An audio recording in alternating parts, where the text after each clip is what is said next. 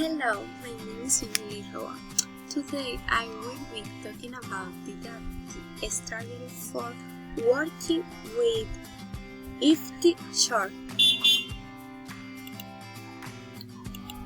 Some of the didactic strategies to enhance the skill of children who has high abilities are the following: foster your passion, set goals, carry out cultural activities, motivate them to learn other language.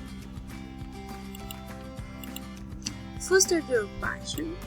The teacher should help these children develop what they like because it increases their creativity.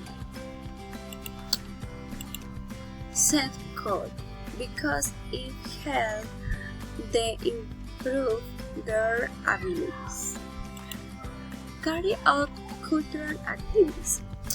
It helps children with high abilities to expand their knowledge and motivate them to learn other languages. This activity increases neural activity in the brain. Thank you.